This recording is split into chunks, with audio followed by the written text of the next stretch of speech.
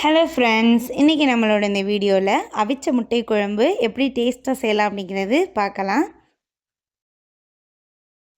First ஒரு பாத்திரத்தை தண்ணி வச்சுட்டு நமக்கு எத்தனை முட்டை வேணுமோ அத்தனை முட்டை வச்சுட்டு தேவையான அளவு உப்பு சேர்த்து நல்லா வேக வச்சு எடுத்துக்கலாம். இப்போ இந்த அவிச்ச முட்டையில் லைட்டாக கத்தியை வச்சு கீறி விட்டுக்கோங்க.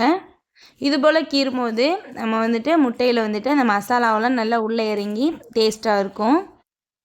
இது போல் எல்லா முட்டையிலையுமே லைட்டாக கீறி விட்டு எடுத்துக்கலாம்.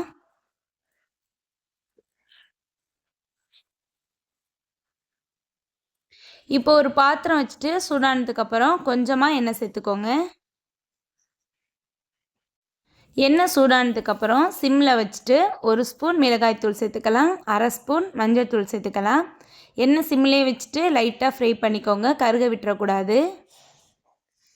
இப்போ இதை லைட்டாக கலந்து விட்டுட்டு நம்ம ஏற்கனவே அவிச்ச முட்டை வச்சுருக்கோம் இல்லையா, அதை இதில் சேர்த்துடலாம். இதையுமே நல்லா சேர்த்து இது 1 நிமிஷம் வரைக்கும் நல்லா அந்த எண்ணெயிலே ஃப்ரை ஆகணும். இதை லோ ஃப்ளேம்லேயே வச்சுட்டு நல்லா ஃப்ரை பண்ணி எடுத்துக்கலாம். இப்போ இதுக்கு தேவையான அளவு உப்பு சேர்த்துக்கோங்க.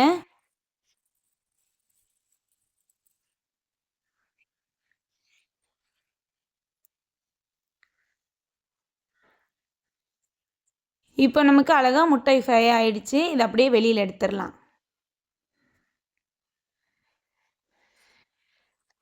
இப்போ ஒரு பாத்திரம் வச்சுட்டு சூடானதுக்கப்புறம் கொஞ்சமாக எண்ணெய் ஊற்றிக்கோங்க.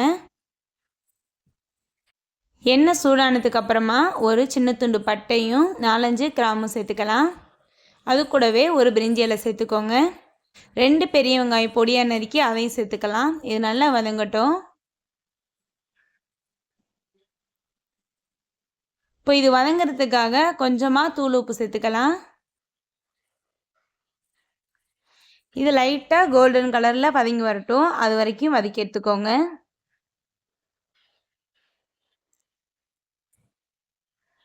இப்போ இந்த டைமில் இஞ்சி பூண்டு பேஸ்ட்டு 1 ஸ்பூன் சேர்த்துக்கலாம். இதுவுமே சேர்ந்து நல்லா வதங்கட்டும். அந்த இஞ்சி பூண்டோட பச்சை ஸ்மெல் போகிற வரைக்கும் நல்லா வதக்கி விட்டுக்கலாம்.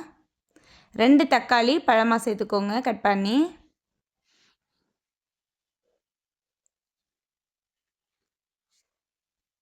இப்போ இது ஓரளவு வதங்கினதுக்கப்புறம் பச்சை மிளகாய் சேர்த்துக்கலாம்.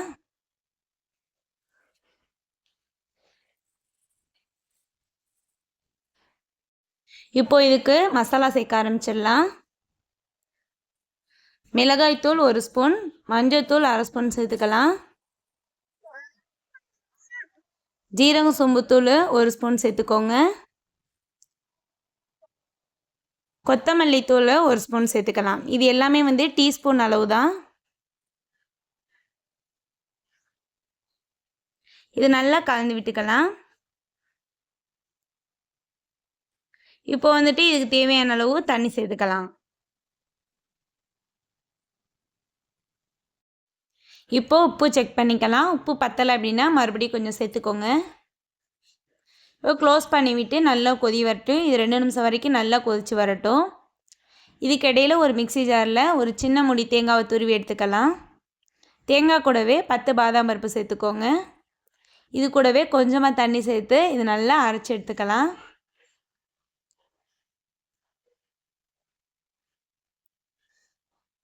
இது போல் நல்லா அரைச்சிட்டு இப்போ நமக்கு நல்லா கொதிச்சு அந்த பச்சை ஸ்மெல்லாம் போயிடுச்சு, மசாலா ஸ்மெல்லாம்.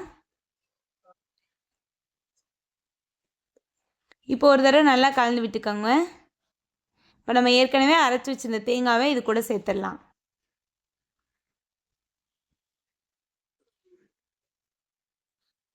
தேங்காய் சேர்த்துட்டு கலந்து விட்டுருவோம்.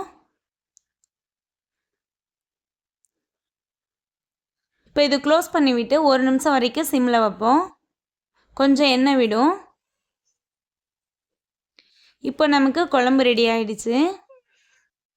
இப்போ இது கூடவே நம்ம ஏற்கனவே ஃப்ரை பண்ணி வச்சுருந்த அவிச்ச முட்டை வச்சுருந்தோம் இல்லையா, அதை இதிலே சேர்த்துடலாம்.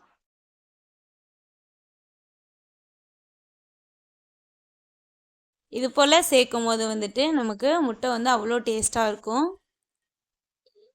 இப்போ லாஸ்ட்டாக பொடியாக நறுக்குன கொத்தமல்லி இலை சேர்த்துக்கலாம்.